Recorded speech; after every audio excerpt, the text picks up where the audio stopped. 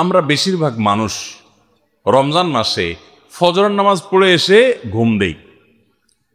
আপনার যদি রাতে ঘুম না পুরে আবার দিনে ডিউটি থাকে, ঘুম একটু যদি যাওয়াই লাগে, তো ফজরের পর পর ঘুমাবেন না।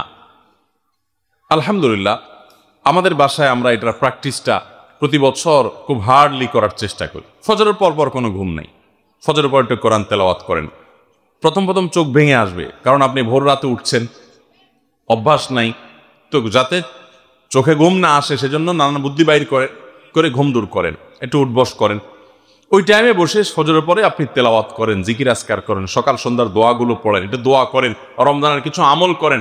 এশাকের নামাজের ওয়াক্ত হয়ে গেছে, 2 রাকাত নামাজ পড়ে এরপর আপনি পারলে দরকার হলে শুয়ে যান, কিন্তু ফজরের পরপর শুয়ে যাবেন না। এটা একটা ভুল, কারণ নবী করিম সাল্লাল্লাহু আলাইহি সাল্লাম সকালের এই সময়টার জন্য দোয়া করেছেন, আল্লাহুম্মা বারিক লি উম্মতি ফি বুকুরিহা, আল্লাহ আমার উম্মত জন্য সকালের সময়টাতে বরকত দান করুন। আর ওই সময় আপনি ঘুমায় থাকছেন।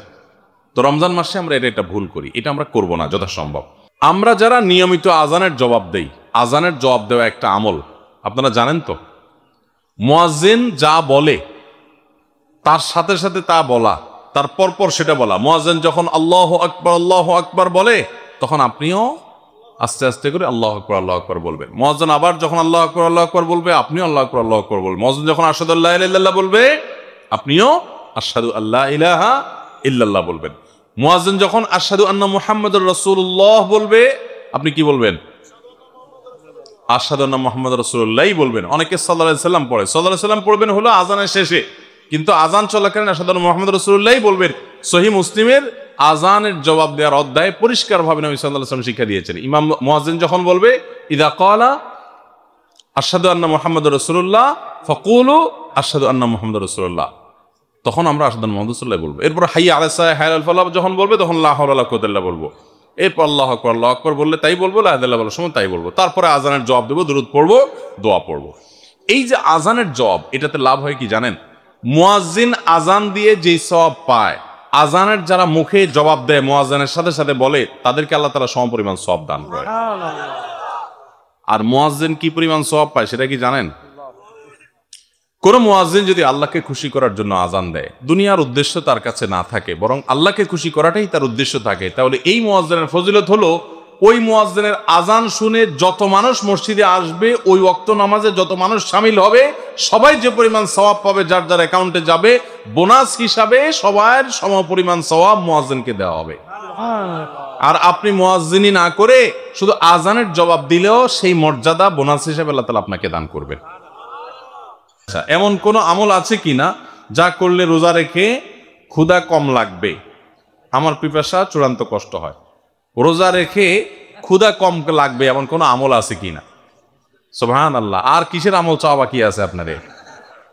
দেখেন ভাই, আমল একটা আছে অবশ্য। আমল হলো, যে আমল করলে রোজা রাখলে আপনার ক্ষুধা কম লাগবে, সেটা হলো ঘুমের আমল। কিসের আমল? ঘুমের আমল। ফজর নামাজ পড়ে এশাক পড়ে যদি ঘুম দেন, কাজ কাম যদি না থাকে, বেকার পাবলিক হন, জোহর পর্যন্ত দিলেন ঘুম, জোহর পড়ে আবার দিলেন ঘুম, আসর পর্যন্ত ঘুমাইলেন, আসর পরে তো ইফতারের টাইম হয়ে যাবে। তাহলে এটা একটা সহজ আমল, যে আমলে বোঝা যায় যে আপনার ক্ষুধা অনুভব হবে না, কম লাগবে ইনশাআল্লাহ।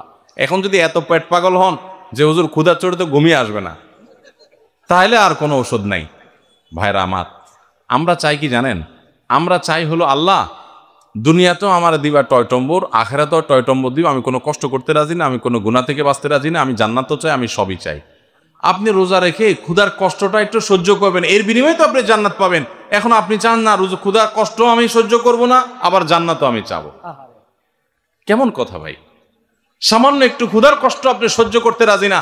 এই রমাদানে ফিলিস্তিনগুলো ইফতার করার মতো খেজুর তাদের কাছে নাই। খেজুর তো দূরের কথা, ইফতার তো দূরের কথা, সাহরিতে একটু সামান্য পানি খাবে শান্তিপূর্ণভাবে, সেই ব্যবস্থাটুকু তাদের ধ্বংস করে ফেলা হয়েছে।